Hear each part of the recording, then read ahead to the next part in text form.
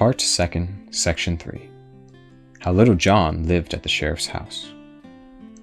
Thus Little John entered into the sheriff's service, and found the life he had led there easy enough, for the sheriff made him his right-hand man and held him in great favor.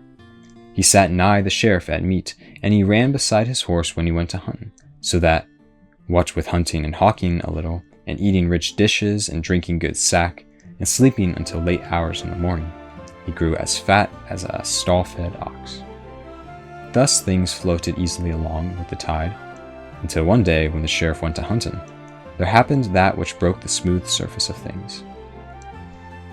This morning, the sheriff and many of his men set forth to meet certain lords to go a-hunting. He looked all about him for his good man Reynold Greenleaf, but did not find him. Was vexed, for he wished to show Little John's skill to his noble friends. As for Little John, he lay abed, snoring lustfully, till the sun was high in the heavens.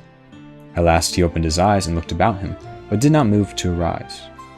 Brightly shone the sun in at the window, and all the air was sweet with the scent of woodbine that hung in its sprays about the wall without, for the cold winter was past, and spring was come again. And Little John lay still, thinking how sweet was everything on this fair morn. Just then he heard faint and far away a distant bugle note sounding thin and clear. The sound was small, but, like a little pebble dropped into a glassy fountain, it broke all the smooth surface of his thoughts, until his whole soul was filled with disturbance. His spirit seemed to awaken from its sluggishness, and his memory brought back to him all the merry greenwood life. How the birds were singing blithely there this bright morning, and how his loved companions and friends were feasting and making merry, or perhaps talking of him with sober speech. For when he first entered the sheriff's service, he did so in jest, but the hearthstone was warm during the winter, and the fare was full, and so he had abided, putting off from day to day his going back to Sherwood, until 6 long months had passed. But now he thought of his good master, and of Will Studley, and how he loved better than anyone in all the world, and of young David of Doncaster, whom he had trained so well in all manly sports, till there came over his heart a great and bitter longing for them all, so that his eyes filled with tears. Then he said aloud, "Here I grow fat like a stall-fed ox, and all my manliness departeth from me while I became a sluggard and dolt. But I will arouse me and go back to mine own dear friends once more, and never will I leave them again till life doth leave my lips." So saying, he leapt from bed, for he hated his sluggishness now. Then he came downstairs. He saw the steward standing near the pantry door, a great fat man with a huge bundle of keys hanging to his girdle. Then Little John said, "Ho, Master Steward, a hungry man am I, for naught have I had for all this blessing morn. Therefore, give to me to eat." Then the steward looked grimly at him, and rattled the keys in his girdle, for he hated Little John because he had found favor with the sheriff. "So, Master Reynold Greenleaf, thou art an a-hungered, art thou?" quoth he. "But fair young, if thou livest long enough, thou wilt find that he getteth overmuch sleep for an idle head growth with an empty stomach. For what saith the old Master Greenleaf? Is it not the late fowl findeth that ill faring? Now, thou great purse of fat," cried Little John, "ask thee not for fool's wisdom, but for bread and meat. Who art thou, that thou shouldst deny me to eat? By St. Dunstan, thou hadst best tell me where my breakfast is, if thou wouldst save broken bones." "Thy breakfast, Master Fireblaze, is in the pantry," answered the steward. "Then fetch it hither," cried Little John, who waxed angrily by this time. "Go thou and fetch it thine own self," quoth the steward. "Am I thy slave to fetch and carry for thee? I say, go thou, bring it to me. I say, go thou, fetch it for thyself." "Ay, marry that will I right quickly," quoth Little John in rage, and so saying he strode to the pantry, and tried to open the door, but found it locked, whereat the steward laughed and rattled his keys. Then the wrath of Little John boiled over, and lifting his clenched fist, he smote the pantry door, bursting out 3 panels, and making so large an opening that he could easily stoop and walk through it. When the steward saw what was done, he waxed mad with rage, and as Little John stooped to look within the pantry, he seized him from behind by the nape of his neck, pinching him slow and smiting him over the head with his keys till the yeoman's ears rang again. At this time, Little John turned upon the steward, and smote him with such a buffet that the fat man fell to the floor, and lay there as though he would never move again. "There," quoth Little John, "think well of that stroke, and never keep a good breakfast from a hungry man again." So saying, he crept into the pantry, and looking about him to see if he could find something to appease his hunger, he saw a great venison pasty, and 2 roasted caperons, beside which was a platter of cloves eggs. Moreover, there was a flask of sack and one of canary, a sweet sight to a hungry man. Then he took down from the shelves and placed upon a sideboard, and prepared to make himself merry. Now the cook in the kitchen across the courtyard heard the loud talking between Little John and steward, and also the blow that Little John struck the other. So he came running across the court and up to the stairway to where the steward's pantry was, bearing in his hands the spit with the roast still upon it. Meanwhile, the steward had gathered his wits about him and risen to his feet, so that when the cook came to the steward's pantry, he saw him glowering through the broken door at Little John, who was making already for a good repast, as one dog glows at another that has had a bone. When the steward saw the cook, he came to him, and putting one arm over his shoulder, "Alas, sweet friend," quoth he, for the cook was a tall, stout man, "seest thou what the knave Reynold Greenleaf hath done? He hath broken in upon our master's goods, and hath smitten me a buffet upon the ear, so that I thought I was dead. Good cook, I see love thee well, and thou shalt have a good pottle of our master's best wine every day, for thou art an old and faithful servant. Also, good cook, I have 10 shillings that I mean to give as a gift to thee. But hast thou not to see a vile upstart like this Reynold Greenleaf taking it upon him so bravely?" "Ay, marry, that do I," quoth the cook boldly, for he liked the steward because of his talk of the wine and of the 10 shillings.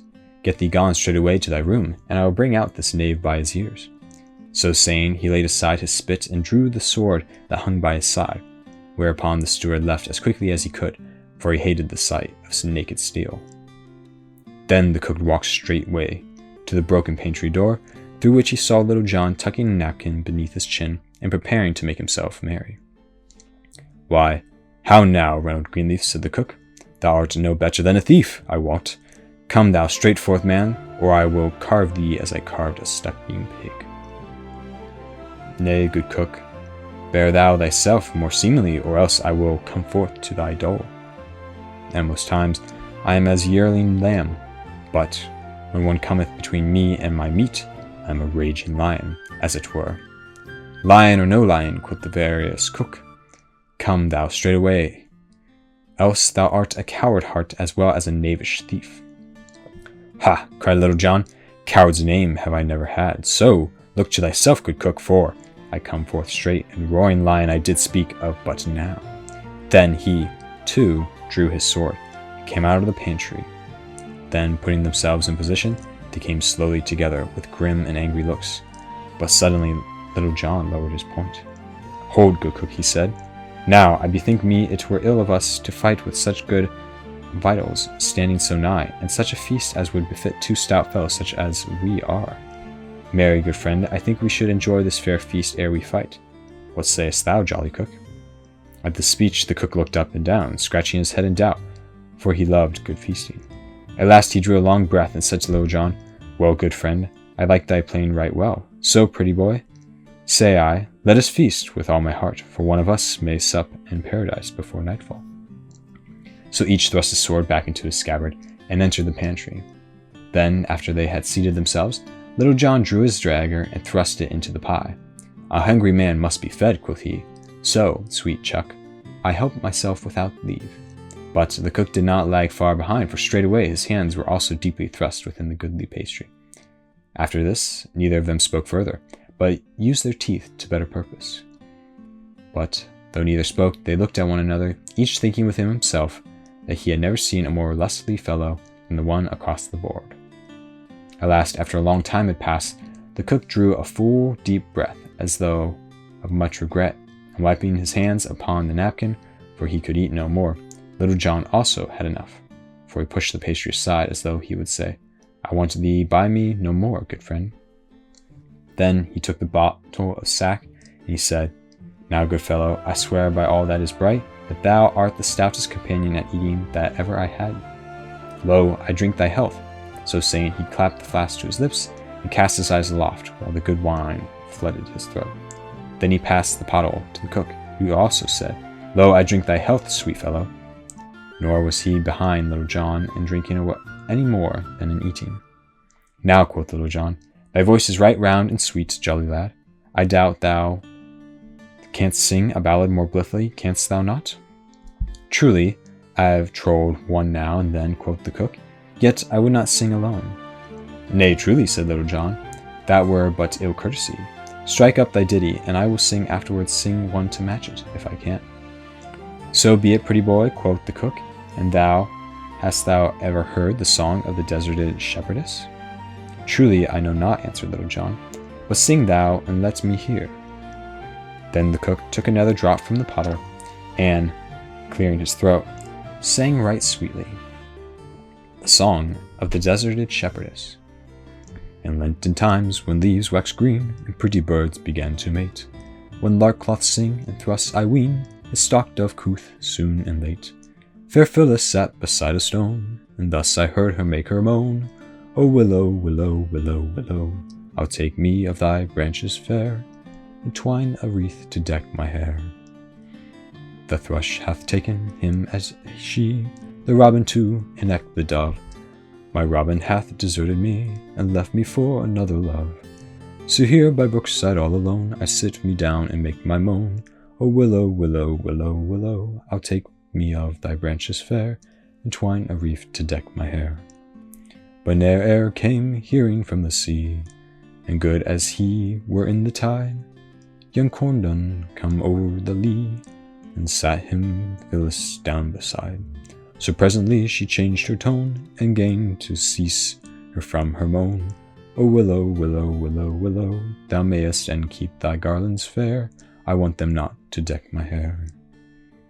Now, by my faith, cried Little John, that same is a right good song, and hath truth in it also. Glad am I thou likest, sweet lad, said the cook. Now sing thou one also, for ne'er should a man be merry alone, or sing and list not. Then I will sing thee a song of a right good knight of Arthur's court, and how he cured his heart's wound, without running upon the dart again, as did thy Phyllis, for I wot she did but cure one smart by giving herself another. So list thou while I sing. The Good Knight and His Love. When Arthur King did rule this land, a goodly knight was he, and had he of stout knights a band of merry company. Among them all, both great and small, a good stout knight was there, a lusty child and eke a tall that loved a lady fair. But naught would she to do with he, but turn her face away, so gat he gone to fair country, and left that lady gay. There all alone he made his moan, and eke did sob and sigh, and weep till it would move a stone that he was like to die. But still his heart did feel the smart, and eke the dire distress, and rather grew his pains more sharp, as grew his body less. Then gat he back where there were good sack, and merry company, and soon did cease to cry alack, that blithe and gay was he. From which I hold and feel full bold to say and eke believe, that gin the belly go not cold, and heart will cease to grieve. Now by faith, cried the cook, as he rattled the pot against his sideboard, I like that makes same song hugely, and eke the motive of it, which like a sweet kernel and a hazelnut. Now thou art a man of shrewd opinions, quoth Little John, and I love thee truly as thou wert my brother. And I love thee too, but the day draweth on, and I have my cooking to do ere our master cometh home. So let us even go and settle this brave fight we have in hand. Ay, marry, quoth Little John, and that right speedily. Never have I been more laggard in fighting than in eating and drinking. So come thou straight forth into the passageway, where there is good room to swing a sword, and I will try to serve thee. Then they both stepped forth into the broad passage that led to the steward's pantry, where each man drew his sword against, and without more ado, fell upon the other as though he would hew his fellow limb from limb. Then their swords clashed upon one another with great din, and sparks flew from each blow in showers. So they fought up and down the hall for an hour and more, neither striking the other a blow, though they strove their best to do so, for both were skillful at fencing. So nothing came of all their labor. Even and on they rested, panting. Then, after getting their wind at it, they would go again, more fiercely than ever. At last Little John cried aloud, "Hold, good cook!" whereupon each rested upon his sword, panting. "Now will I make my vow," quoth Little John. "Thou art the very best swordsman that e'er mine eyes beheld. Truly I had thought to carve thee ere now." "And I had thought to do the same by thee," quoth the cook, "but I have missed the mark somehow. Now I have been thinking within myself," quoth Little John, "that we are fighting for, but albeit I do not rightly know." "Why, no more do I," said the cook. "I bear no love for that pursely steward, but I thought that we had engaged to fight with one another, and that it must be done." "Now," quoth Little John, "it doth seem to me that instead of striving to cut one another's throat, it were better for us to be boon companions. What sayest thou, jolly cook? Wilt thou go with me to Sherwood Forest and join with Robin Hood's band? Thou shalt live a merry life within the woodlands, and 70 good companions shalt thou have, one of whom is mine own self. Thou shalt have 3 suits of Lincoln green each day, and 40 marks in pay." "Now thou art a man after mine own heart," cried the cook right heartily. "And, as thou speakest of it, that is the very service for me. I will go with thee, and right gladly. Give me thy palm, sweet fellow, and I will be thine own companion from henceforth. What may be thy name, lad?" "Men do call me Little John, good fellow." "How? And art thou indeed Little John, and Robin Hood's own right-hand man? Many a time and oft I heard of thee, but never did I hope to set eyes upon thee. And thou art indeed the famous Little John." And the cook seemed lost in amazement, and looked upon his companion with open eyes.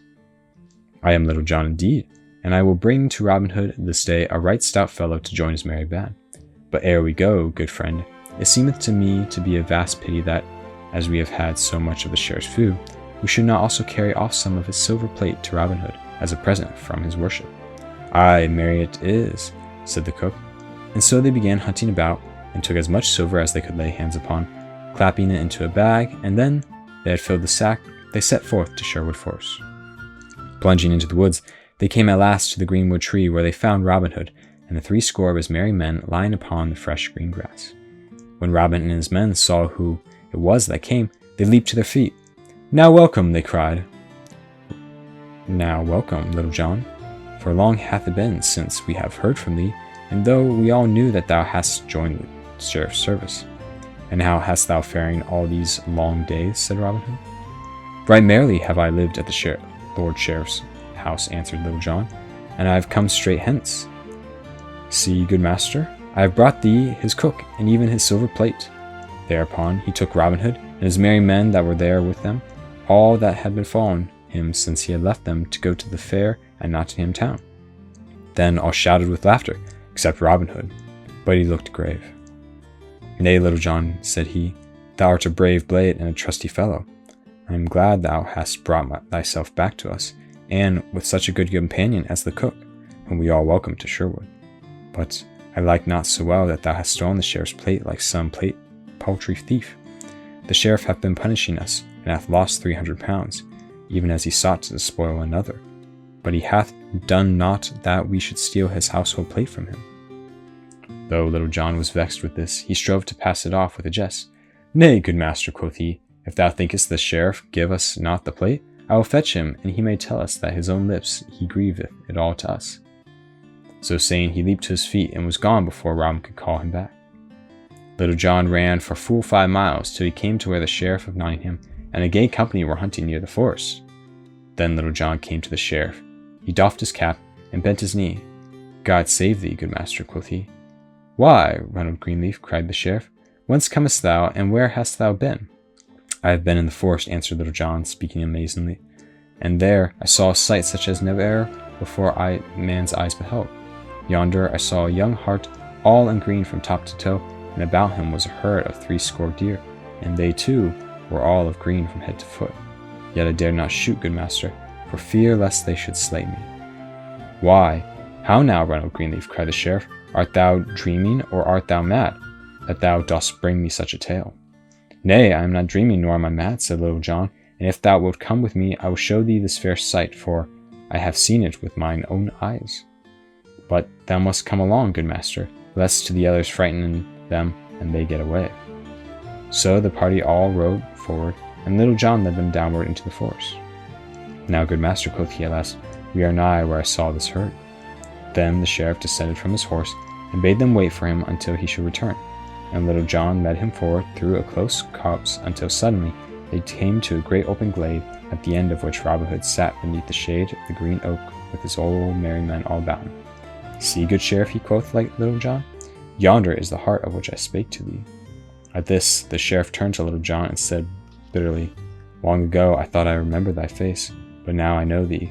Woe betide thee, Little John, for thou hast betrayed me this day. Then Little John laughed aloud. Good master sheriff, said he, thou dost indeed know me, and I am Little John. But let me tell thee, all this would not have happened had not thy beggarly steward starved me, and had he given me food to eat when I asked it. But he gave none to me, and the great hart will give thee another feast. And when thou goest back, tell thy steward the time will come when he and I shall have a reckoning. In the meantime, Robin Hood had come to them. Now, welcome, master sheriff, he said. Hast thou come today to take another feast with me? Nay, heaven forbid, said the sheriff in tones of deep earnest. I care for no feast, and have no hunger today. Nevertheless, quoth Robin, if thou hast no hunger, maybe thou hast thirst, and well I know that wilt take a cup of sack with me. But I am grieved that thou wilt not feast with me, for thou canst have vitals to thy liking, for their standings thy cook. Then he led the sheriff willy-nilly to the seat he knew so well beneath the greenwood tree. Ho, lads, cried Robin, take our good friend the sheriff a right brimming cup of sack, and fetch it hither, for he is faint and weary. Then one of his band brought the sheriff a cup of sack, bowing low as he handed it to him. But the sheriff could not touch the wine, for he saw it served in one of his own silver flagons, on one of his own silver plates. How now, quoth Robin, dost thou not like our new silver service? We have gotten a bag of it this day. So saying, he held up the sack of silver that Little John and the cook had brought with him. Then the sheriff's heart was bitter within him, but not daring to say anything, he gazed only upon the ground. Robin looked keenly at him for a time before he spoke again. Then said he, Now, master sheriff, the last time thou camest to Sherwood Forest, thou didst come seeking to spoil a poor spendthrift, and thou wert to spoil thine own self. But now thou comest seeking to do no harm, nor do I know that thou hast despoiled any man. I take my tithes from fat priests and lord squires, to help those that they despoil, and to raise up those that they bow down. But I know not that thou hast tenants of thine own whom thou hast wronged in any way. Therefore I take thine own again, nor will I dispose thee today of so much as 1 farthing. Come with me, and I will lead thee from the forest back to thine own party again. Then, slinging the bag upon his shoulders, he turned away, the sheriff following him, all too perplexed in mind to speak. So they went forward until they came to within a furlong of the spot where the sheriff's companions were waiting for them.